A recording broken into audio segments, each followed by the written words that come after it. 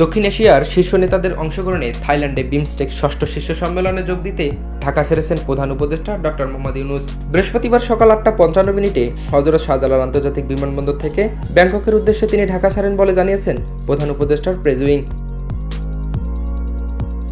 গতকাল প্রধান উপদেষ্টার high representative doctor Khalilur Rahman ব্রিফিংয়ে জানান, বিমস্টেক সম্মেলনে অংশ নিতে 3 থেকে 4 এপ্রিল থাইল্যান্ডে অবস্থান করবেন প্রধান উপদেষ্টা। এ সফরে তার সঙ্গে থাকবেন পররাষ্ট্র উপদেষ্টা মোহাম্মদ তৌহিদ হোসেন ও পররাষ্ট্র সচিব মোহাম্মদ জসিমউদ্দিন। সফরে প্রধান উপদেষ্টা ভারতসহ বিমস্টেক সদস্য রাষ্ট্রগুলোর নেতাদের সঙ্গে দ্বিপাক্ষিক বৈঠক করবেন। সম্মেলনের সময় 2টি সমঝোতা স্মারক স্বাক্ষর অনুষ্ঠানে উপস্থিত থাকবেন তিনি। এদিকে বিমস্টেক সম্মেলনের ফাঁকে প্রধান উপদেষ্টা ডক্টর মোহাম্মদ ইউনূসের সঙ্গে ভারতের প্রধানমন্ত্রী নরেন্দ্র মোদীর প্রথম দ্বিপাক্ষিক বৈঠক অনুষ্ঠিত হতে যাচ্ছে ব্যাংককে।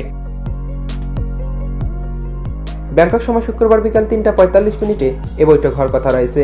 এছাড়াও তৃতীয় দিনে আনুষ্ঠানিকভাবে পরবর্তী 2 বছরের জন্য বিমস্টেকের চেয়ারম্যান হিসেবে দায়িত্ব নেবে বাংলাদেশ।